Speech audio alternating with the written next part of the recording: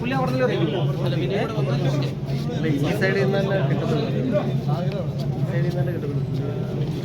ഇങ്ങനെ പോണം, ഇങ്ങനെ പോണം.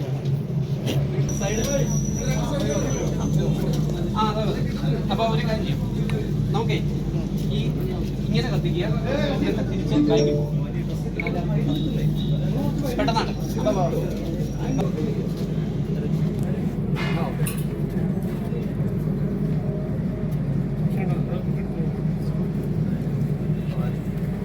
जय श्री राम, जय श्री राम, जय श्री राम, जय श्री राम।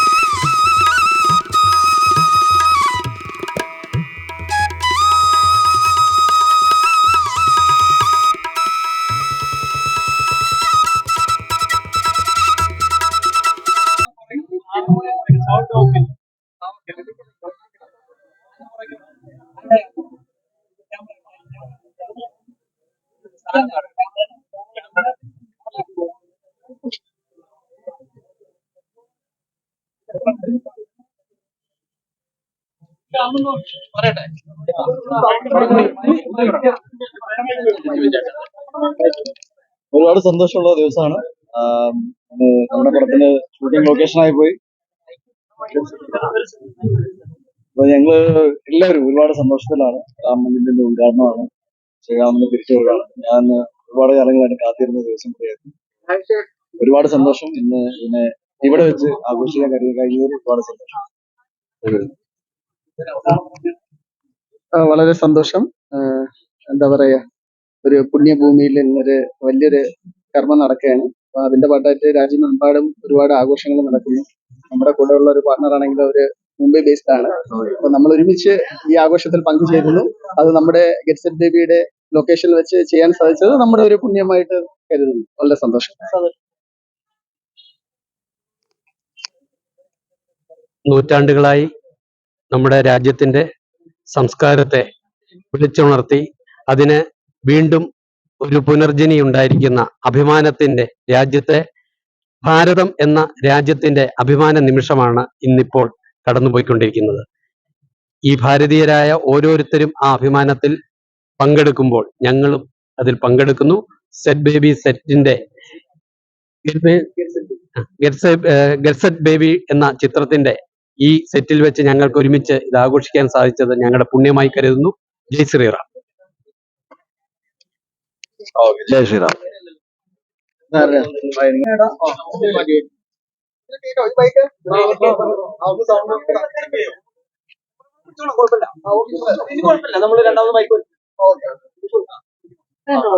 നമസ്കാരം. ഇന്ന് എന്നെ സംബന്ധിച്ച് വളരെ പ്രധാനപ്പെട്ട ദിവസമാണ്. ഒരുപാട് കാത്തിരിപ്പിന് ശേഷം ഇന്നൊരു ഈ ദിവസത്തിനായി നമ്മൾ കാത്തിരിക്കുമ്പോൾ ഇന്ന് രാം മന്ദിറിൻ്റെ ഉദ്ഘാടനമാണ്.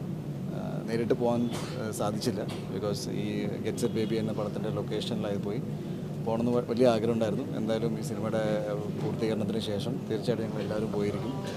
അപ്പോൾ സെറ്റിലൊരു പൂജ നടത്തി ഒരുപാട് സന്തോഷത്തോടെ ശ്രീരാമനെ വരവേൽക്കുന്നു. ഒരുപാട് സന്തോഷം. എനിക്കും എൻ്റെ ടീമിനും എല്ലാവർക്കും ഒരുപാട് സന്തോഷമുള്ള ദിവസമായിരുന്നു.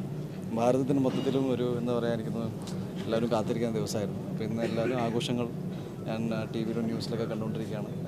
നേരിട്ട് അവിടെ പോകാൻ ഭാഗ്യം ഉള്ളവർക്ക് ദർശനം ലഭിച്ച് കാണുമെന്ന് വിചാരിക്കുന്നു. അത്രയും തിരക്കും കാര്യങ്ങളൊക്കെ ഉണ്ട്. എന്തായാലും ഉടൻ തന്നെ അവിടെ പോകാൻ ഭാഗ്യമുണ്ടാവട്ടെ എന്ന് ഞാൻ വിശ്വസിക്കുന്നു. വളരെ സന്തോഷം.